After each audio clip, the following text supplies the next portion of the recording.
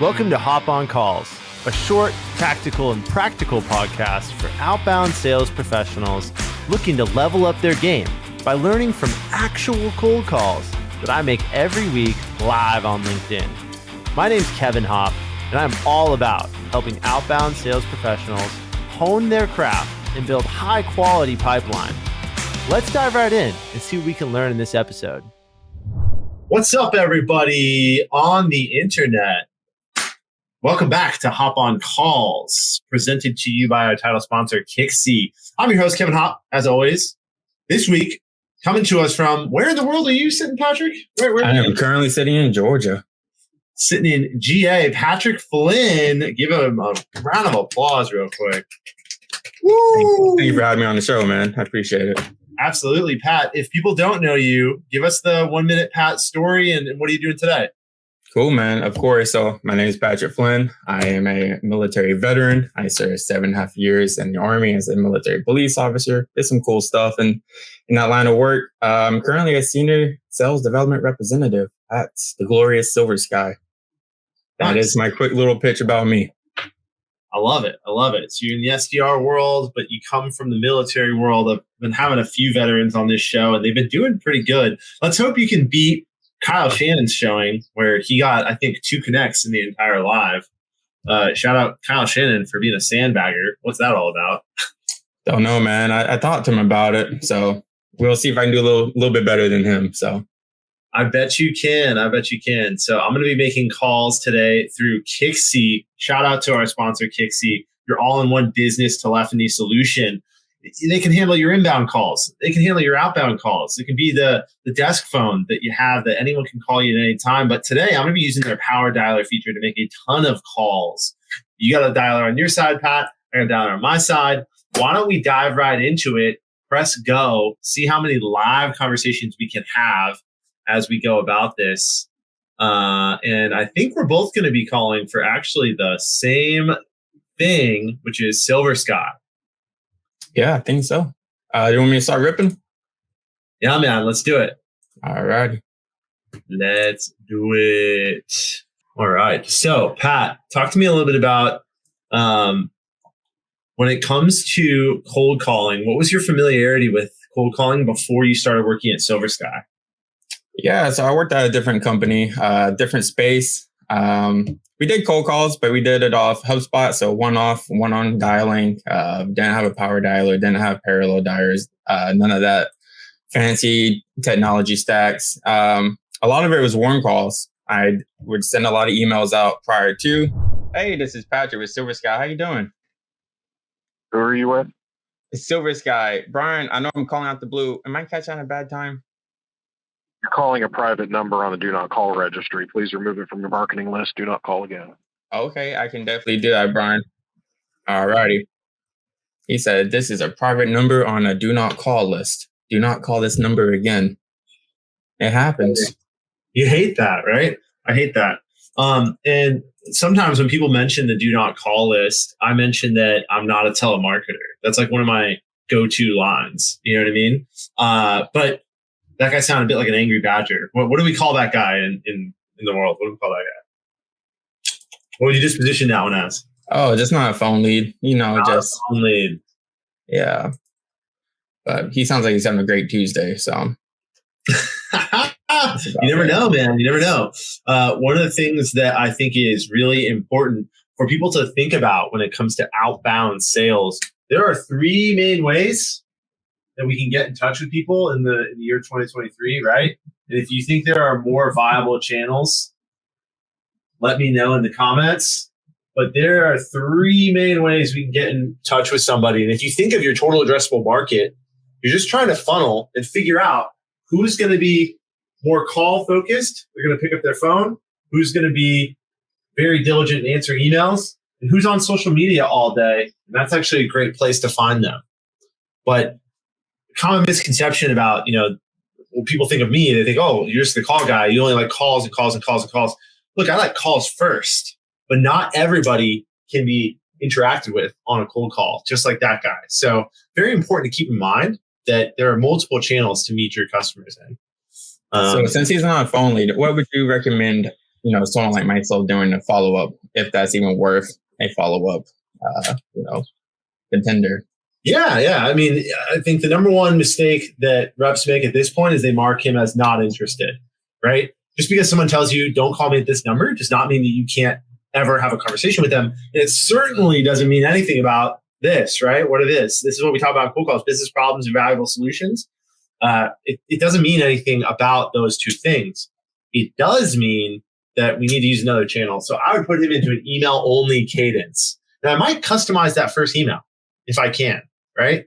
I might have a cadence that's called not phone leads. In the first email, I say, you say, hey, I just called you right now. It's Pat Flynn from Silver Sky. And then you customize one line in there so that he knows that it's the guy who just called him. And we have a chance for him to read our email, understand why we're reaching out, and there could be an opportunity for him to reply. You never know. But it's tough. We don't know off the top of our head exactly how people are going to respond in the various channels, for sure. For sure. Well, not the best start for the first phone lead. So, let's get another one on the block. Question for you. How did you decide to go into sales after getting out of the military? Like, why sales? I'm curious. Yeah, so I played sports growing up all my life. I was very competitive. Had a couple offers. Didn't really want to go to school to continue it. I just want to go straight to the military, make some money, go figure, right? And, want to serve the country. I want to be a cop, but I was 17, 18, and, can't join the police academy until you're 21. So the Army is right up my alley. After I got out, I was like, man, I don't know what I want to do. I know for sure I don't want to do law enforcement anymore. And, I was introduced to Kyle pretty much, and at Service You Software, I went through that program. They placed me in a customer success position, my first tech startup company. That's kind of where I really started falling in love with startups in the tech world. And then my first company, I was introduced to the SDR land. I didn't know anything about sales, not a single bit. And I kind of fell in love with it, fell in love with the grind, the hustle. As hard as you work, that's how much money you make. So at the end of the day, you make, 100+% over quota. I'm getting a pretty good payout. Hey, this is Patrick with Silver Sky. How you doing? I'm fine. Who is this? Yeah, this is Patrick with Silver Sky. Deborah, I know I'm catching on a bad time. Do you have a free minute or two for me for a quick chat? I still didn't catch who you were with. Yes, Silver Sky. Silver as in the mineral and sky as in the sky is blue. Oh, okay. And can you just quickly give me what it's about? Because I'm kind of busy and in my car. Oh, if you're in a car, I don't want to interrupt you while you're driving. That doesn't seem very safe. Would it be fair if I give you a call back tomorrow at a better time? No, just tell me what it's about so I can save you some time. Okay, I got you. Well, Deborah, I have you pinned as an IT scheduling manager for Insano. I wasn't sure if cybersecurity was up your wheelhouse or not. No. Okay, it's not. Okay, thank you. All righty, thank you. And Deborah, before we go, if you was in my position, in my shoes, who would I reach out to at Insano so I can not bark up the wrong tree anymore? I'm sorry. I'm not allowed to give out names. I got you. That's pretty good security practice. Well, no worry. I'll do a little bit of research on my own. Thank you. All right. Thank you. Bye. So I like that. Wrong contact.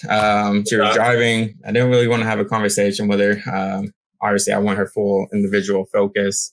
She was like, just quickly tell me about it, what you're doing, whatever. Before I even went to my pitch, I just want to make sure she was the right contact. I asked her about if she handles any cybersecurity responsibilities. She said no. I said, cool. Can you point me in the right direction? She said no. All right. Dang. And that's it. It happens, though. It does happen. I think it's a bit of a struggle too, because not every company has a cybersecurity title, right? Where someone has that title, so you know to go after that person. So you have to make an outside assumption of, okay, if you're in IT, you probably have something to do with it. But you had a really good talk track around that with her.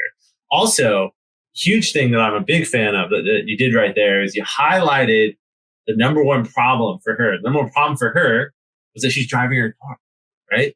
People don't think about that. People just want to vomit their pitch and, hey, I'm going to pitch, I'm going to close you, I'm going to get, this is all about me, what I want. she's driving her car. She's probably busy multitasking. God forbid she's holding the phone while she's driving. Like, oh my God. Her biggest problem there was that she's talking on the phone while she is driving. So good job calling that out. That can be what I call the false negative, which is the idea of she might tell you she's not interested, or might tell you that her business is not interested in what we do, just simply based on the fact that she is busy driving. So you avoided that skillfully, which is really well done. Oh, hey, this is Kevin with Silver Sky. How you doing today? Who is this again? Sorry?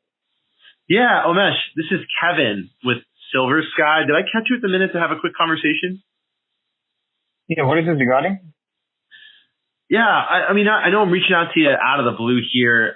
The reason being, we work with businesses very similar to yourself to help them have a proactive cybersecurity posture. Do you have a minute to have a conversation about cybersecurity? No, Kevin. Unfortunately, I'm in a meeting and I don't think I'm the right person to you. So I appreciate the call, though. Thank you. All right. Cheers. Omesh was in a meeting. So why do you think people pick up their phones during a meeting? Ooh, now we are talking about the real questions. Why do people pick up their phone when they don't have time to talk? I think it comes down to innate human curiosity, right? I think the same reason that people pick up the phone when they don't have time to talk is it's the same human phenomenon as like 12-year-old girls that post on their like Facebook and Instagram saying, ask me anything. And there's this like questions tickle a part of the brain that people like, and people like at the most like elemental level, they feel wanted. They feel needed. So when they get a phone call, even if they're busy, they're going to answer it because what if that person has something for them? What if that person wants to ask them questions? And their brain makes them pick up the phone, even though they don't have time to talk. Because what if that person is going to bring you candy or, give you $1 million, or, and then there's the opposite side of that, which is not just a good thing that can happen. If you're like me, right? Like I've got a daughter at daycare right now, a wife who works at a hospital. My parents are, away in a different city. Like there's a lot of things outside of my local area that I care about. And a phone call would be the way that tragic news would be delivered. So I think that plays a lot into it as well, right? Where someone's picking up because genuinely they are worried or excited about what could be on the other end of the line. Does that make sense? Yeah, I think I'm 100% behind you on that. Yeah. But it's tough, right? Like I'm a huge fan of like trying to be very permission-based, because if they are busy, like, okay, cool. Adios. I'll see you later. I'll talk to you again tomorrow, because I'm a big fan of structure and process. Having a process to get in front of people reliably. I have a question for you, Kevin. Sitting in my seat, and you're a consultant. In your own words, what do you think makes a successful sales development representative? Ooh, that's a really good question. What makes a successful SDR? I think if you want to boil it down to one word, I'd say curiosity. Curiosity is probably the number one trait that allows someone to be good on the phone, good at following up on email, and that lends itself to be a feeding thing. Like if you think about it, like if you're constantly curious, that means that you're going to wake up every day and be like, man, I wonder this, I wonder that, I wonder that. And that's going to drive you to take action. So if you want to boil it down to 2 or 3 words, curiosity, grit. Grit is the idea that I'm going to keep trying to do things. And as I'm trying, I understand that I'm not going to succeed every single time. But the act of trying itself is important, right? And that speaks perfectly to what sales development is. I talk about it as a binary sport, as a binary thing, meaning ones and zeros. Either you're doing activity or you're not.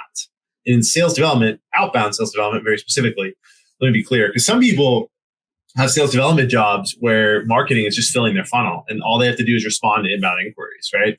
Outbound is a different beast, and it's the world that I play in the most. But that grit is the ability to like continuously do things when you're not having success, because success is coming. So that's a huge part of it. And then I think what makes a really successful SDR is going to be a self-starting attitude. Like, how would I say that? Taking initiative. Yeah, initiative. Initiative is huge. So the three words would be curiosity, grit, and initiative. Because SDRs at 99% of companies are entry-level roles, right? Like, you're a senior SDR. You're not an entry-level SDR, but you also perform. You're the top guy, top dog, and source guy, right? Not surprisingly, because you're a senior SDR. But most SDRs are entry-level, and entry-level employees generally will take less initiative because they don't know what to do. Like, if you could do any range of all these things, people get kind of decision fatigue and they say, I'm not going to do anything. And that's all we got for today's episode of Hop on Calls, powered by Kixie. Be sure to tune into the live recordings every Tuesday on LinkedIn. Would love to have your comments, reactions, questions. It's a really good learning environment for anyone that is looking to do outbound sales better. If your organization is actively focusing on this, feel free to reach out to me, Kevin Hopp, on LinkedIn, or go to hoppconsultinggroup.com. I'll see you next time. Cheers.